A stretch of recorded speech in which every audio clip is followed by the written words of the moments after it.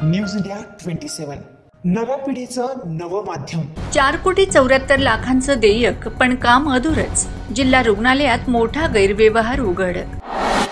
नाशिकच्या जिल्हा रुग्णालयात एक धक्कादायक प्रकरण समोर आलंय। तब्बल 4,74,00,000चं देयक काढून घेतलं गेलंय, पण काम मात्र अजूनही अर्धवटच आहे।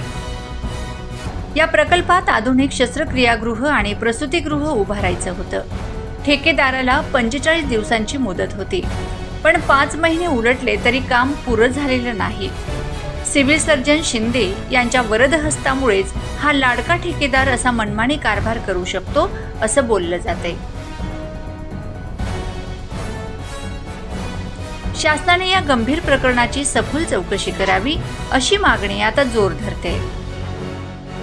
लाडका ठेकेदार, सिव्हिल सर्जनचा वरदहस्त आणि 4 कोटींचा घोटाळा।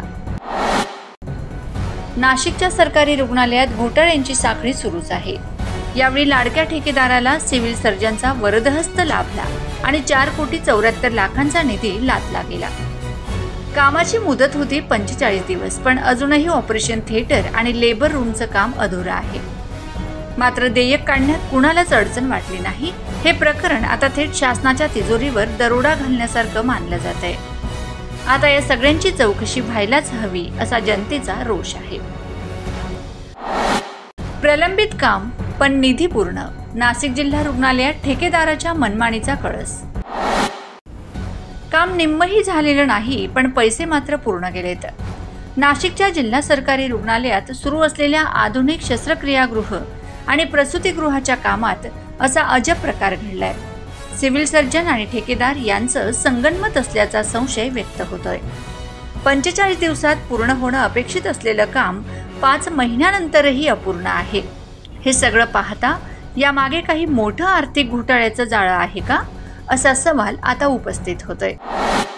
सिव्हिल सर्जन ठेकेदार साटलोट, अपूर्ण कामासाठी कोट्यावधींचं देयक मंजूर।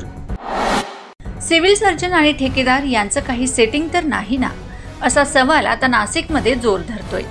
कारण जिल्हा रुग्णालयात अजूनही अपूर्ण असलेल्या कामासाठी तब्बल 4,74,00,000चं देयक मंजूर झालंय।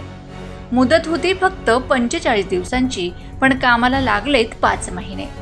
हे सगळं कसं आणि कोणाच्या इशाऱ्यावर झालं हे आता शोधण्याची वेळ आली आहे।